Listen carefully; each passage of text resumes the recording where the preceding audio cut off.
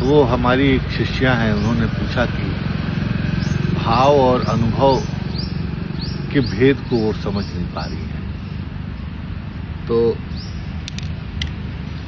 मुझे इसका जवाब देना था। मैं कल से ही विचार कर रहा था कि अनुभव शब्द को लेकर के आध्यात्म जगत में बहुत ही उस पर बहुत जोर दिया गया है, और भाव साहित्य जगत में, संगीत की जगत में इन शब्दों का प्रयोग ज्यादा होता है।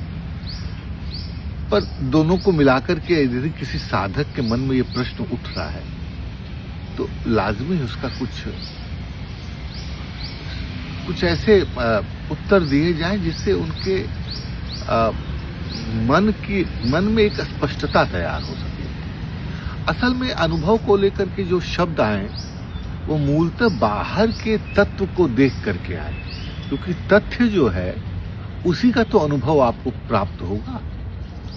अर्थात बाहरी चीजों की घटना से आपको जो कुछ भी ज्ञान प्राप्त हुआ वो अनुभव हुआ। और भाव क्या है? वो आंतरिक संवेदना है। आंतरिक, जैसे काम है, क्रोध है, प्रेम है, आनंद है, ये सब भाव की एक अवस्था है। लेकिन इन दोनों को आधार बना करके जब आप चलते हैं तो क्या होता है, कभी कभी आपको अपने भाव का अनुभव होने लगता है। और ये अक्सर होता है अध्यात्म जगत में, क्योंकि आदमी एक समय के बाद जब अंतर्मुखी होता है तो उसके अंदर भाव के अनुभव जागृत होने शुरू हो जाते हैं। इसी को साक्षी भाव कहा गया है।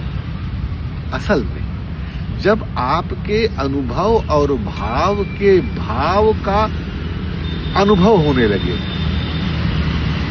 तो वह साक्षी भाव, और उसे आप देख रहे हो और देखने में ये आप स्पष्ट नहीं कर पा रहे हो कि ये अनुभव है कि यह भाव है।